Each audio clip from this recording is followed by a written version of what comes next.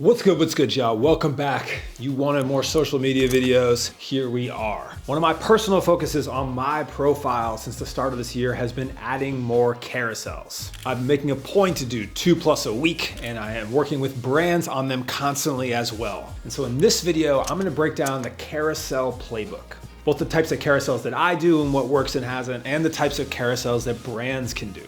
Because this is a super important time if you are trying to grow on social media or thinking about launching on social media or have a brand to understand multiple formats. But why is that? So first, one thing I talk to brands about all the time is that if you have a good idea or a good concept or a product or a project, you can usually dice it up 3 ways. And I will use my own content as an example. So for instance, this Stussy art direction video, a lot of y'all would have seen it. It was a YouTube. We used to live in this world months and months ago, years now, where everyone said, oh, you can just chop a short from your YouTube videos and turn that into 10 TikToks and turn that into blank and you're gonna blow up. That's not how this works anymore. But what does work is you take a good idea and you put it into the formats that work. So I had a Stussy art direction YouTube. I took the 4 top points of that, I made it into a Stussy art direction short form video. If you want to learn more, you go to the YouTube. I could take the 10 examples I used in that YouTube and I could probably make a good Stussy art direction carousel. And if I want to break down a playbook in a really short fashion, I could turn it into what's called a one-shot, which will deserve its own video at one point. But a good example is this is a one-shot. It's a video of mine that's like 80, 90,000 views, nothing crazy, but it is literally breaking down a couple of strategies in a single video shot. And so that's what we're gonna dive into here today. Is carousels are one of a format that basically any good video idea you have could be done in a carousel. Any product you're launching, anything happening as a brand can be a carousel. I'm gonna talk about different types of carousels, what makes carousels good and work on social media, show you tools I use to make carousels, how I actually do it inside of Photoshop, this tool Visual Electric I use to generate images for carousels, get to the root of hooks and calls to action. So you have a playbook you can take to work on your brand or your own personal brand for social media without having to worry about video. I'm super excited for this one because, as I mentioned, there's been a focus on my personal social and I've built out a pretty big playbook for this with the brands I work with. We're gonna walk through it all here today. Let's lock in. So first off, why carousels? Why are we talking about them? So both TikTok and Instagram weight carousels just as highly, if not sometimes more, than they weight videos in their algorithms, with some pretty particular things around there. This is my explore page here. You'll see there's a mixture of reels and carousels. I'm pulling up literally a random one, did not have it selected before this video. And this is great because a lot of people don't want to make video and they're afraid of it. And to which I say, especially for creatives, you should be making carousels. Document the work you're doing, show the behind the scenes, try out new creative looks and feels, curate things you love and like, share things you think other people would enjoy. And then if you do make video and it's already in your toolkit, then you should basically do what I'm doing personally as a creator and say, hey, I want to add another thing. Because not everyone's going to watch a 1 or 2 minute video of you talking or vlogs, but almost everyone will scroll through carousels. When we talk about how they're using the algorithm, TikTok will share carousels just like it shares TikToks. You're just as likely to see them. Instagram has multiple placements. So you get the explore page like I just saw here, you get the actual feed, and then you have the Reels feed. And this is important for a note here. Is that TikTok, you can have carousels that are 9x16. They can be other sizes. Instagram, your carousel should be 4x5, long ways. And if they are 4x5 with multiple images and with music, then they can also be shown in the Reels feed, which means you not only get the main feed, you not only get Explore, but you also get Reels, which is a super helpful thing to think about the potential reach of your carousel. Now, while I encourage everyone to optimize for the different social networks, and we'll talk about that in this video, if you do make a 4x5 carousel for each, you have the most reach across both social networks, doing the least amount of changes to your content. But first, we're gonna talk about the anatomy of a good carousel, and I'm gonna get into types of them. So what do I mean by anatomy? Let's click another completely random carousel. This is the hook of your carousel. You've heard about hooks for videos. The first couple seconds of your video, the combination of image, text on screen, and what people hear. Those 3 things together form the hook of a video. The hook of a carousel is the same exact principle. Slide 1 is 90% of the battle. If slide 1 stops people scrolling the feed and then gets them to begin to scroll sideways so they engage in it, you've already won. Your job is to get there. Once you get there, optimizing the rest is easy. But you need to get people into your content as a brand or as a person. And so this, the hotter and richer guide, is a good example. They are calling out, this is a playbook for which you should get hotter and richer, 2 things that people want. Much like the ultimate unfiltered guide to take social media seriously, another one, a guide. Everyone's algorithm is different, but as you can see, a more meme focused one, manipulator starter pack, getting ready for a meme drop. We'll do a meme video later on. This idea of Pokemon is fonts, favorite Pokemon is fonts, I'm in. Your job with the hook is to get people into the actual meat of the carousel. Then once they're into it, you want to keep people scrolling. So a really easy format is if you do something like this, is you just keep it going with more interesting content. Or if you're telling a narrative, to leave a cliffhanger going on to the next one. But people, once they've already started scrolling, if they like the concept and it's good, will keep scrolling. And you get to use both videos and text to actually achieve your goals with your carousels. In TikTok, it is only text. On Instagram, you get video as well. Same concept here.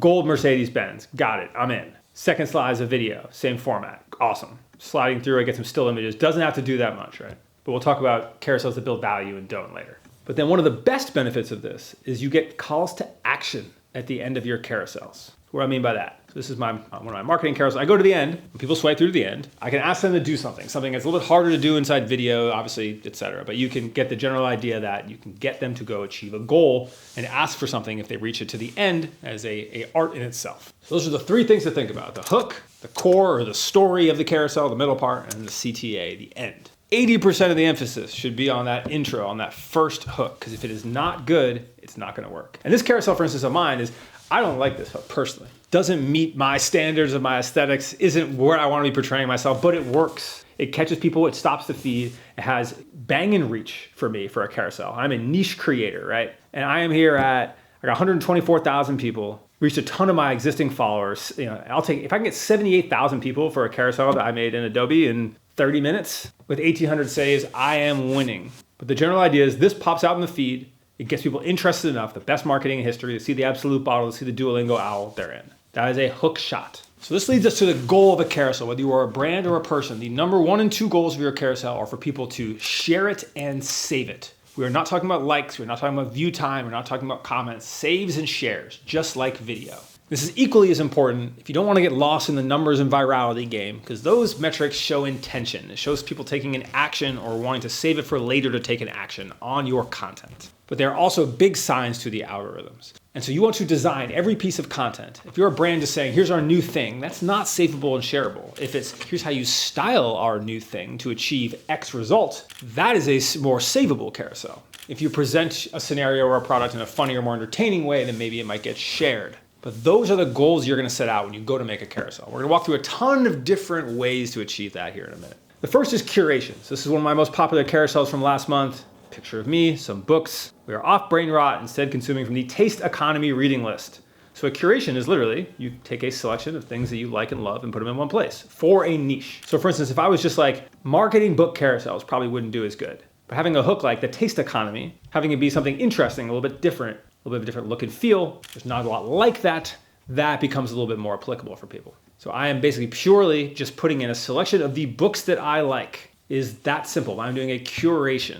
And the second type of content, a lot of the examples I show when I just randomly pull up my Explore page is what we call a playbook, how to do something. My friend Zach crushes it on these. So he'll do how to design a life you're obsessed with. He is giving you a playbook. These are all pictures from his life. He's saying, here's your steps. Define your categories. For each category, create an identity. Here, do this thing, do this thing, do this thing. A bunch of ideas where he's giving so much value where it's like, oh, even if you like one slide, time block your day. You're gonna save that because you're gonna be like, I wanna go back to this later whenever I wanna time block my day. Whenever I wanna go down and actually do this, you're giving you a super savable playbook. And then the nice part, the shareable part about content like this is if you're talking to somebody else, if you have your friend group, your group chat, whatever it is, and you're into these kind of things, you will share this with other people and be like, yo, check this out. We should do this. Pop this LaCroix. All right, back to it. And the next type of carousel is called a showcase. A good example from my boys is Superline, something like this, where it's like, hey, here's this thing that happened. Here's a bunch of examples of it. You're just taking an idea, whether it's your product or someone else's, that Mercedes we saw earlier, saying it's a showcase. Hook title, and a bunch of examples of it. That is a showcase carousel. So we have curation, we have playbook, we have showcase. And with that framework, I'm gonna show a bunch of different carousels of different types that you should think about for your brand. But those are the 3 best types I would focus on for almost all content. There's things like photo dumps and more lifestyle stuff. If you wanna drive value for people, focus on those 3. Give some examples for brand and personal brand, that kind of thing. So personal brand, my boy Alex, this is a great format where he is basically saying, here's a bunch of misconceived notions. He's crossing them out and giving you a plan for how to replace them. So instead of, hey, let's hire an intern for social, this needs to be a dedicated team, blah, blah, blah. He's giving people a set of resources and reasons. But I like this idea because it's inherently more interesting to cross something out, a misconception, than say something else versus just saying the answer. It's a more interesting format. This is another one from Grace Beverly showing off her podcast, or she's asking experts about particular things. And she's giving a combination of the videos from her podcast, quotes, things from Twitter, and pulling it together into one showcase of the various things that are going on with her podcast around a single idea. And on the curation note, there's a lot of kind of marketing accounts in a niche. This could be car culture, marketing, women's fashion, cosmetics, wellness, whatever it is, or people that just curate the news. They're saying, here's your campaigns that launched this week. This is a useful curation. I always want to see the campaigns that are happening this week. This is where I want to call out having personality and not having personality. So this account, you never see the person that runs it. It's just an account of these curations, which means that there just isn't a bunch of affinity. Versus I want to call out someone else who does this, Tatum, who was in my Cut 30 program. She does This Week in Fitness, Branding, and Marketing. Very similar to the campaigns that dropped this week done by this other channel. But the difference is, while you don't see her, besides her outro card here, when you go to the rest of her content, she is talking in all the content. She's establishing a personal brand and then using that curation to add to the personal brand. For someone that never establishes themselves, there's just a lot less resonance around that. Unless you just have the utmost highest level of like taste with which it doesn't matter if you're shown or not. Like Outlander would be a great example of that, if you're not familiar with Outlander, where they are establishing a brand by the power and amazingness of their curation, which I will say for 99% of people who think that they're that good, you're not. There's an enigma to get to the level that he is at. But you do that not just by curating, but by having a perspective in how you curate. And that's a separate video in itself. One of my favorite examples for brands are always like, how do we participate in carousels? What do we do? How do we tell a story? Because all good content, carousels are the same as videos. If you watched any of my YouTubes about making good video content, you either make value content or entertainment content, or you fail. Those are your two types of content. Value content is something someone will save or want to actually learn something from. Entertainment content is something that is competing with TV. It is funny, it is super interesting to watch. If you are not creating either of those two, then your content's probably flopping. But for a brand, and they're saying, hey, well, we're doing stuff. How do we show that off? This carousel from Juice Tint, I think, is a great example. So they're basically going through their latest photo shoot, behind the scenes look at the Juice Tint photo shoot. And again, not the most engaged, biggest carousel ever, but a good storytell. Here's the product that we're shooting the photo on with some notes. Here's the muse for the photo shoot. Here's the outfits we used in the photo shoot. Here's the looks. They're answering a bunch of questions, the props, and showing people the world that they are building.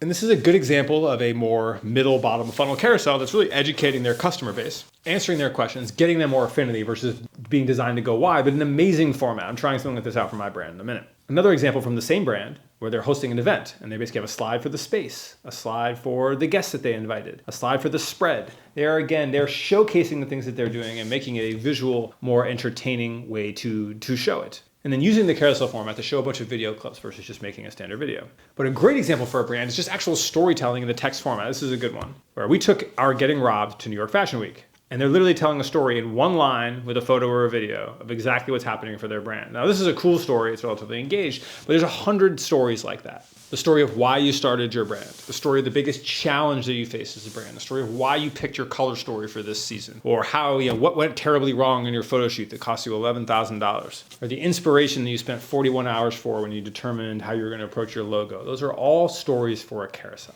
And it doesn't have to be crazy complicated. Look at this. This is literally, there's like 10 words maybe on each of these slides. Same thing with a product showcase. Just like you debut your product in a video, you could also debut it in a carousel. And I usually recommend for brands to consider doing both inside their campaigns. I'll do a whole campaign strategy YouTube at some point. But this is just a good example of, if you're going to debut a product, this carousel format gives you a lot of stuff. The things you already have. You already built all this out for your product detail page. Put it in a carousel. Run it organic and test it as an ad. Product combos is another one. It's just an aesthetic, fun thing that people will scroll through basically for entertainment to see combinations of products, things people like, various displays. There is something to visual beauty and aesthetic curation that is entertainment in its own right. And this is one you can do with stuff you're being packed into luggage, or like looks, or things coming out of a purse, beverages in your fridge, whatever. There's a lot of ways to approach a curation like that. Sharing your reviews. This is another cool one I thought, where they're basically combining a cool photo with the reviews of the product. And then there's storytelling of things that happened, like this Let's Go on a Trip carousel, where obviously she's in a private jet, so there's a bit of leverage, but I love this format in general. I'm going to South by Southwest here tomorrow. Recording this video won't come out for a week or two, but that's where I'm headed. If I was like, hey, let's go to South by Southwest, maybe I don't have the PJ shot, but I need to find that right hook shot. But then I can do the same thing. What's in my bag? I'm bringing my Osmo. I'm bringing this and that. I packed these new shoes I got. Here's where we're staying. I'm staying at a cool hotel. Here's some of the people I met. Here's the events we go to. Again, I won't probably get the likes that she has because this is a banging carousel with really cool stuff, but I will certainly get solid engagement for what I do. And that's what I'd be thinking about for you as well. Same thing with a brand. Hey, we're going to this expo. Hey, we're launching our first retailer. Hey, the team went to blank and blank. Like, just look at that storytelling and say, what do we need to make that work? We need a hook shot, and we need enough narrative and enough idea to keep people scrolling through it. And then we have these edits. I look at this as entertainment content too. Aesthetic content is entertainment content, but people love aesthetic content. So this guy got popping off of doing these edits that combined his hands and his feet and his fits. You as a creative, if you are a designer, a videographer, whatever it is, should find an interesting format for you that you can experiment with. Another version, this is like a design guide, how to be alone, where she's literally just providing some advice, like a value-driven content in her own kind of creative way. Same thing, this is more like a creative carousel, become that girl in 14 days. She's giving you a playbook, very much similar to what Zach was doing above, but in her own creative style. And I share this to show you that it can be any kind of visuals for this. There's a wide range of that. Another type of value carousel is a transformation carousel. These are short carousels. This is my boy JT. He's showing off his 12 types of income, and he's breaking them down in this extended thing. And this is designed to be savable. People will be like, I want to make 12 streams of income. Hell, I want to make 3 streams. Let me save this to think about all the streams I could have as a creator. Another transformation one on TikTok, Saeed, this guy he was in Cut 30. This is a transformation where he's basically describing a state he was in at one point, and then how much better it got in like 6 years with his brand. And he has social proof. It's a 3-slide carousel. I love these 2 or 3 slide formats. Maggie here has another one. Everything you do on a long flight to get your life together. Hook shot, great shot of her dressed up with like the luggage. Great example of something like a lot of people could do, right? Not in front of a private jet, but she picked a good outfit, it works. And she's literally just giving a plan. If you have no Wi-Fi, here's what to do. If you have Wi-Fi, here's what to do. It's a super savable carousel. But that's the toolkit. You curate, you make a playbook, you showcase, or you entertain. You can do it in a couple slides and show a transformation or a quick guide. You can do it in an extended narrative or an extended curation. And you focus on your hook. I want to take a quick interlude and talk about Visual Electric. I use Visual Electric to generate graphics for carousels and for mockups all the time. I want to show it as a tool in this. I'll talk about how I use Photoshop later to make some of my carousels. But Visual Electric is a tool very similar to like a Midjourney, but it is made for designers. Look at this interface we have here. I have sketch tools, I have hand tools, I have text, and I have imagery. But most importantly, I have real workflow. So for instance, these images are all variants of each other.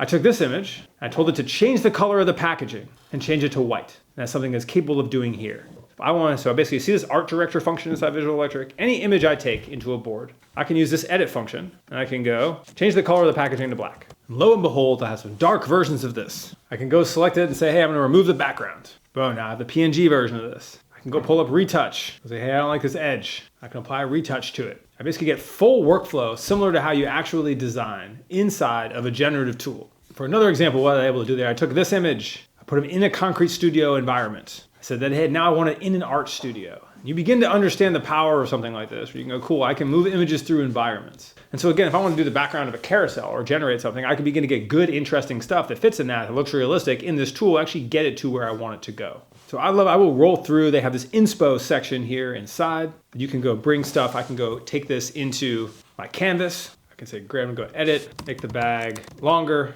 Let's go make the bag taller and make it white. And there we go. You will see I have a slightly taller bag that is white. I can go in here and I can clean this up. So now it's slightly less wrinkly, but now you never need to have a mock-up that's the same as everyone else's mock-up ever again. And you can kind of change and work around images in a pretty straightforward workflow. And even do things like on this, I changed this billboard image from day to night, right? I want to tweak something for a campaign mockup. Shift a nail color in an image. You can do all this in an interface. You can do it as a group with artboards and collaborate on it. You can resize and make variations. This is the kind of tool that actually works how designers work. And again, if you are looking to say, hey, I need to fill in a bunch of images for carousels, and I want to be able to kind of edit them and have a design eye on them, this is the ideal software that is set up for it. You can find out more about them in the link below, Visual Electric. I want to give them a big thank you for sponsoring this video. Let's get back to it. So tactically, it's breaking a little bit of this. How do we actually do it? So I'm going to pull open my Photoshop, and you will see in Photoshop, this is an artboard Photoshop. You can do this in Adobe Express as well. Most design software.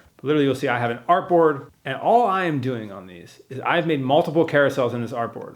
I am dropping a new photo in behind it, or a new image, and I'm adjusting the text. And I use the same fonts each time. It's usually Helvetica New, and Mersalt, or Caslon, or one of these options for a sans serif. Again, it's not even the most glamorous thing with the template I'm comfortable enough with. I have the images blurred out, and I make decent carousels. Not the most amazing ones in the world, but I have a fan base that likes them. But literally, it's just an artboard. It is the same layout on each of these. I'm just duplicating it. And the only core difference is the call to action one has like a logo, or will have a YouTube up there, and the front slide has more design. I hit this with a remove background, but you can just go into select subject, and then you'll be able to select inverse, and it'll select anything that's not you and easily cut it out. And I put layers behind me, because that effect that you've seen a lot of people do, where something is slightly behind but still readable, is an effect that gets people to stop and scroll for whatever reason. You do not have to overthink it. Begin to get a format and some fonts for your hook slides. Get a format for what you want to do for the rest of this. It does not even have to be this complicated. Once you have a template, I have like 2 or 3 variants of this, and I use it for all carousels. And then all the brand stuff that I have is just variants of that.